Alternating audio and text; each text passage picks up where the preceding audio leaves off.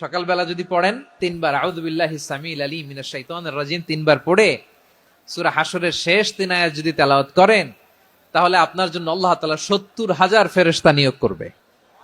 সারা দিন তারা আপনার জন্য মাগফিরাতের দোয়া করবে।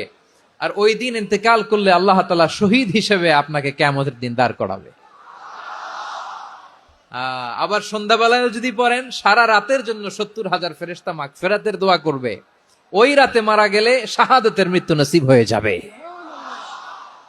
আযকারুস সাবাহি ওয়াল মাসা, সকাল সন্ধ্যার যে জিকির, এই জিকিরের অন্তর্ভুক্ত করে নেবেন এই ওয়াজিফাটা।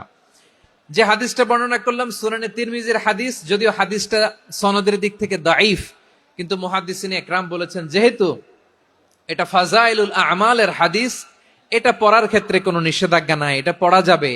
সো সকাল সন্ধ্যা যদি সুযোগ হয় এই ওয়াজিফাটা যেন আমরা পড়ি।